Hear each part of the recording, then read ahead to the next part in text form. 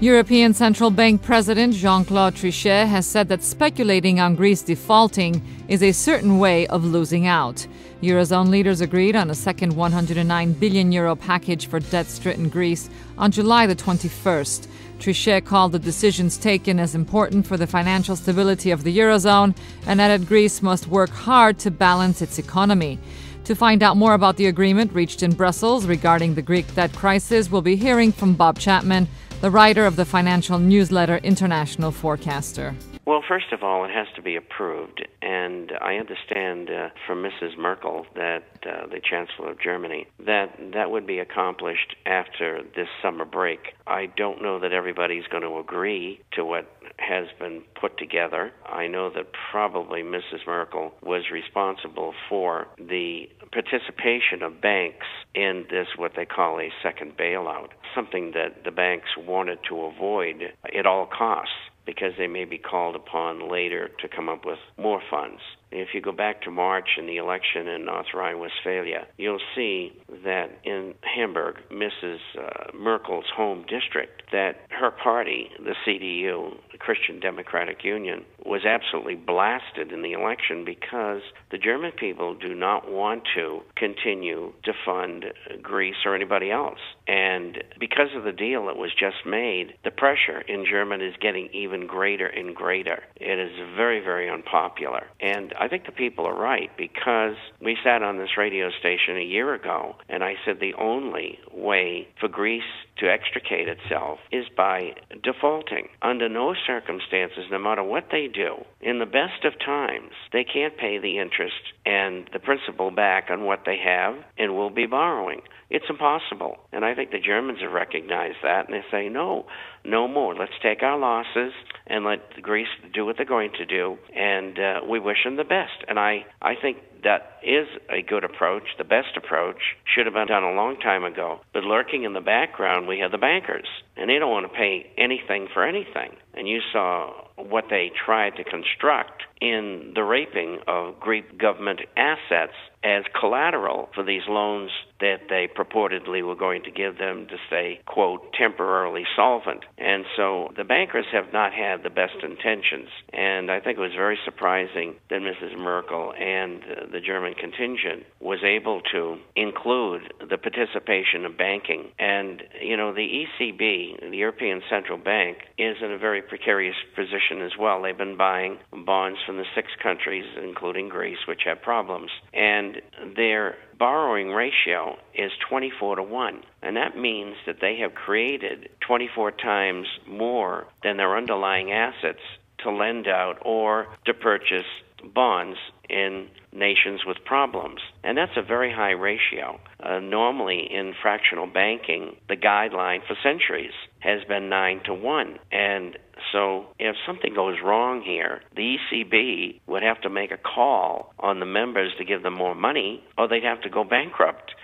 Greece is discussing a second bailout loan, however, from the European Union and the International Monetary Fund. What would this mean for the Greek economy? Well, in the short term, it would mean if they do what the IMF and the ECB and the European Union want them to do, things would get slightly better, but they have to make all of these cuts in addition to the cuts they've already made. I mean, where is the revenue going to come from if they've cut salaries and wages 35 to 50% and they're laying people off? And I think what's going to happen is it's going to be found out in a period between 3 months and a year and a half that no matter what Greece does, they just simply cannot come up with the wherewithal to function under those circumstances. Are there any other options for Greece? No, I don't think there are. Having a clean slate would be the thing to do, to bring back the drachma and devalue it by 50% versus the euro. But once Greece were to default, the other 5 nations would follow. Then you probably would have a breakup of the euro. Yes, it would be very painful for everybody, but it was unnatural in the first place. One interest rate can never fit all because different countries are at different stages of development. Germany far out ahead of everybody else, and then you've got the slower countries such as the Latin countries that are in trouble. And so you have a situation where people are not able to bring themselves back no matter what they do. All things remaining equal, as you see it, what does the near future hold for Greece and its people? I always look at both sides of things, and I've seen what's gone on in the country for many years. And I think it's a healthy thing because all the problems will be brought together, and one way or the other they'll be solved. If they're not, there'll be chaos. But, of course, bankers and politicians count upon that in order to make people do what they want them to do.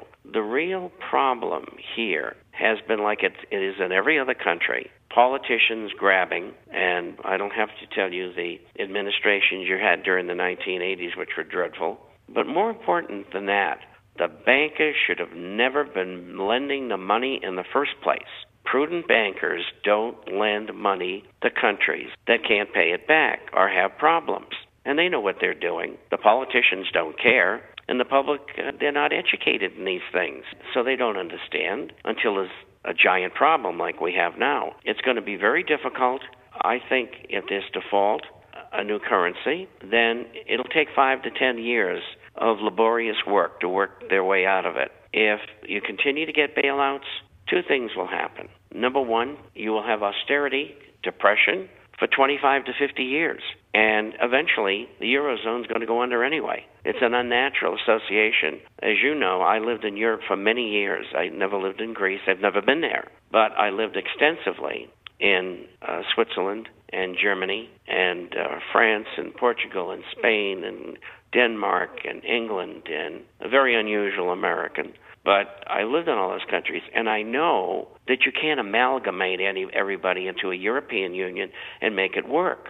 I mean, just take Germany as an example. There's 4 different dialects of German. Now, most people don't know that. And that sort of thing happens in every country. Why? It's historic. It's cultural. It's tribal. And people don't look at Europe as a tribal entity. They think of Africa and maybe Asia, but not Europe. Well, they are tribal. And even within countries, people don't get along that well sometimes. Well, can you imagine trying to throw 27 countries together and making them all do the same thing? I don't think so.